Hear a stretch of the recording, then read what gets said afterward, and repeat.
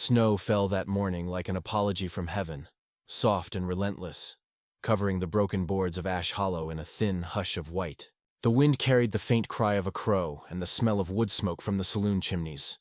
But the street itself was empty, save for a wagon creaking to a halt outside the general store. From it stepped a woman wrapped in a wool shawl that had long since lost its color. She moved slowly, with the kind of caution that comes from being watched too often. Her name was Martha Harlow, though folks already called her May, shorter, easier to whisper behind cupped hands. Her husband had been a blacksmith in Cedar Creek before the fever took him, and the debtors took everything else. Word had traveled ahead of her like a chill draft through a church door. The fat widow's coming. Looking for work, they say. By the time she arrived, pity had already frozen into gossip. Inside the general store, she stood quietly, while old Mr. Hill tallied her purchases. A pound of salt, a bar of lye, a worn pair of gloves, each item stacked neatly, as though order could defend her from the sideways looks gathering like storm clouds. A few women near the stove traded smiles that weren't kind. "She's got nerve coming here after the mess she made," one muttered. "Maybe she thinks her cooking's good enough to buy forgiveness," said another. May said nothing. Words, she had learned, only fed the fire. She kept her gaze on the counter, listening to the coins clink. Her last few dollars. She would make them last. It was Clara Briggs, the preacher's wife, who finally approached her. Clara's voice was sugar over vinegar. "You poor dear. Such a long journey in this weather. It just so happens there's a man outside of town could use help feeding his stock. Silas Boone, you remember him? Keeps to himself these days. Lost his brother last spring." The words were offered like kindness, but the gleam in Clara's eyes said otherwise. The others hid their smiles behind their gloves. May nodded, pretending not to notice. "If he needs help, I'll go," she said simply. By evening, she was on her way. The road out of Ash Hollow wound through frost-bitten pines and over a frozen creek that sang under the wagon wheels. Her breath came in clouds. The sky was bruised with dusk, the kind that pressed low enough to touch. She passed an old crossroad where a sign leaned half-broken, Boone Ranch, 2 miles north. When the house came into view, it looked less like a home and more like a survivor. The roof sagged under snow. Smoke rose thinly from a tilted chimney. The barn door hung crooked. Pigs huddled in the pen, snouts buried in straw. She climbed down, boots sinking deep. Knocked once. The sound was swallowed by the cold. The door opened a few inches, and he stood there, Silas Boone. He was tall, shoulders squared like a man who'd forgotten how to rest. His eyes were pale, the color of thawing ice, and his beard carried the trace of a man too long alone. "They sent you?" he asked, voice flat as winter ground. "They said you needed help," May answered. For a moment, he studied her face as though deciding if she were real or another bad joke from town. Then he nodded once and stepped aside. "Feed's in the shed. Don't let the big one corner you. He bites." That was the extent of his welcome. Inside, the cabin was dim, warmed only by a small stove that clicked with age. The table was cluttered with unpaid bills, a chipped mug, and a revolver lying like a forgotten thought. She took in every detail quietly. The silence, the cold air trapped in the walls, the smell of solitude thick enough to taste. That night she slept in the corner on a cot that creaked when she turned. The wind pressed against the window, whispering secrets. She watched the shadows dance and wondered if the people in town were laughing yet. In the morning, she rose before dawn. Her hands were stiff, the kind that never quite warmed. She stepped into the yard where the pigs grunted, steam rising from their backs. The cold bit her fingers, but she worked without pause, hauling buckets, scattering feed, mending a loose gate hinge with a piece of wire she found in the dirt. When Silas appeared, he watched her for a long time before saying, "You're early." "I don't sleep much," she said. He grunted, half approval, half indifference. "Most folks don't last a day out here." "Then I'll last 2, she said, and turned back to the pigs. Through the following days, the ranch grew quieter in a different way, less lonely, though neither would admit it. She cleaned the table, scrubbed the stove, and mended a rip in his coat. Silas noticed her touch in everything but said nothing. On the 3rd night, she cooked a stew thick with beans and lard. When he sat down, he hesitated before tasting it. The first bite thawed something small inside him. "Haven't eaten like this since—" he started, then stopped, words slipping away. She didn't press. She only nodded, and for a moment they sat in silence that wasn't empty. But silence has a way of carrying noise from far off. By the weekend, gossip had ridden the wind from town to ranch. Men joking in the saloon, women whispering at church. Boone's got himself a sow to match his pigs, they said. Cruel laughter rose like smoke. May heard it when she went to trade eggs for flour. She didn't flinch until she caught the storekeeper's wife pretending not to stare at her hands, red and raw from work. The laughter stayed with her the whole ride back, clinging like frost to her shawl. That evening she spoke less. Her movements were small, quiet. She washed the dishes, dried her hands, and sat near the stove with her sewing kit. Silas watched her thread the needle under the orange light. "You patchin' that coat again?" he asked. "Seems worth saving," she said softly. He frowned. "Don't waste good thread on old things." "Old things just need a steadier hand," she replied, eyes on the fabric. He didn't answer, but something shifted in the air. A gentler current, faint but real. The kind that makes a man notice the sound of breathing beside his own. Later that night, when she thought he'd gone to bed, May sat staring into the fire. Her reflection flickered in the stove glass, round face shadowed by light and memory. She touched her wedding ring, thin brass, worn dull. "You'd laugh at me, Tom," she whispered to her late husband. "They sent me to feed pigs, and I said yes." Outside, snow began again, slow and patient. Silas heard her voice through the half-closed door, though he couldn't make out the words. He stood there a long moment, hand resting against the frame. For reasons he didn't understand, he felt something stir, a heaviness not of pity but of recognition. The next morning, he found her splitting wood by the shed, sleeves rolled, hair damp with frost. He stepped forward, wordless, and took the axe from her hands. Together they worked without speech, the rhythm of the blows steady and shared. When the final log split clean, she smiled, small, honest. "You'll spoil me, Mr. Boone." His lips twitched, almost a smile. "Don't count on it." It was the first joke that had crossed his mouth in years. As the day dimmed, they sat on the porch while the sky turned violet over the hills. The pigs grunted softly below, their breath rising like ghosts. Somewhere in town, a church bell carried faintly across the snow. May's gaze followed it. "You ever go back there?" "Not since the funeral," he said. "I thought so." Neither spoke after that. The silence between them no longer felt empty, only heavy with what might someday be spoken. Inside, the stove hissed, and the windows fogged with warmth.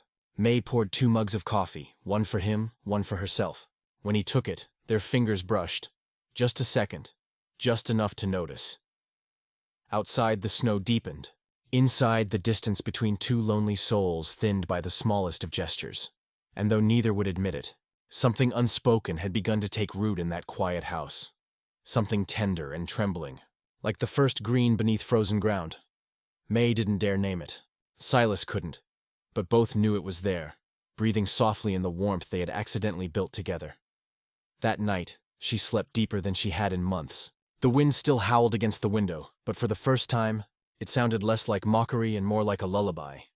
And in the faint light before dawn, when Silas rose to stoke the fire, he found her mended coat draped neatly over his chair, thread shining like silver in the flicker of flame. He paused there, studying it, his hand hovering over the backrest as if afraid to disturb the moment. The corners of his mouth softened. Outside, the snow kept falling, quiet, endless, forgiving. It would be many days before either of them realized that the world had already changed. But even now, beneath that hush of winter, something was waiting to be born, something worth staying for.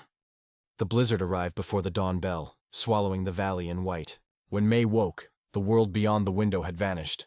Only wind, only motionless light. The storm pressed against the glass like a living thing, groaning in the eaves. Silas was already outside, his coat pulled tight, fighting to close the barn door before it tore from its hinges. She watched him through the swirling snow, a shadow in the storm, and something inside her twisted with worry. She had not realized until that moment how quietly her heart had grown tethered to his survival. By midday, the paths were gone. The animals huddled in their pens, the pigs buried under straw. May kept the fire alive, feeding it pieces of old fence, listening for his boots on the porch.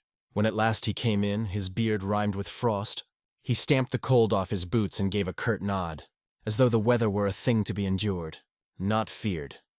"Storm like this'll close the pass for a week," he muttered, shrugging off his coat. May poured him coffee, her hands shaking just enough to rattle the cup. "Then we'll stay warm and wait," she said. He grunted in agreement, but his gaze lingered on her longer than usual. She felt it, not hunger, not pity, but a wordless recognition. 2 people who had known too much loss, now standing before a fire neither had asked for, but both needed. The days folded together after that. The wind moaned through the chimney, snow drifted against the doors. They worked side by side in silence, mending harnesses, sorting feed, boiling water for the animals. In those quiet hours, something steady formed between them, built not on talk, but on endurance. One afternoon, while the sky darkened early, May found a small bird trapped inside the barn.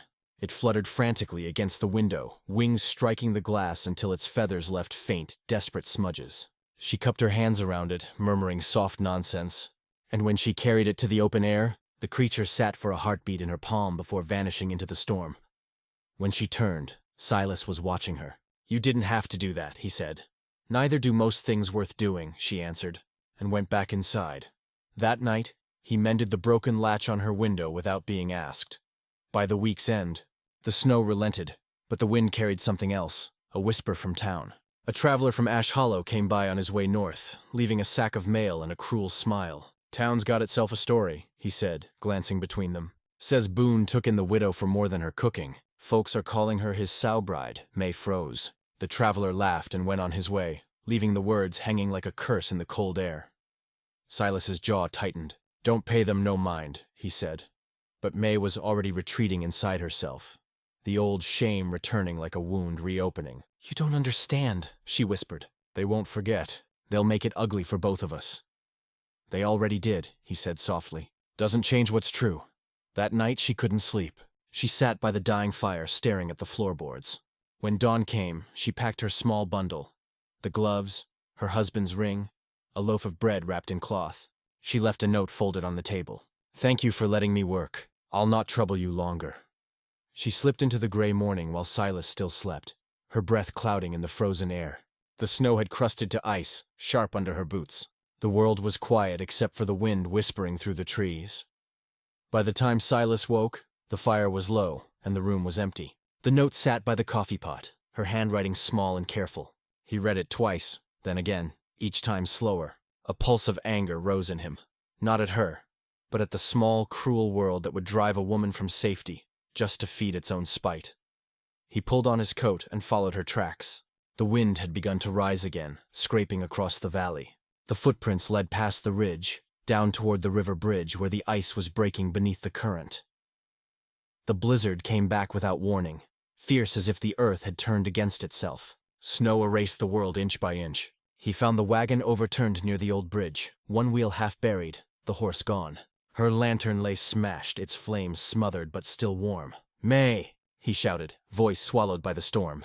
"May!" From the ditch came a weak cry. He followed it, stumbling through knee-high drifts, until he found her half covered in snow, her shawl soaked through. She looked up, dazed. I was going to walk to town," she murmured. "Didn't mean for you to find me." "You think I'd just let you freeze?" he said, pulling her to her feet. "I thought you'd be glad to be rid of me." His grip tightened. "You don't know a damn thing about what I'd be glad of." Lightning cracked across the sky, bright and sudden. The spilled kerosene from her lantern caught the spark. Flames leapt across the overturned wagon, roaring up in a curtain of orange and gold. Silas dragged her back as the fire devoured the wood, the heat pushing against the snow's chill. They stumbled into an abandoned shed by the bridge, breathless and trembling. "You could have died," he said, voice rough with fear. She laughed once, a sound like a sob. "Would have saved them the gossip." He turned toward her, eyes burning brighter than the fire outside. "Let 'em talk. I won't let 'em take another soul I care for." The words hung between them, startling both. May looked up, tears glinting at the corners of her lashes.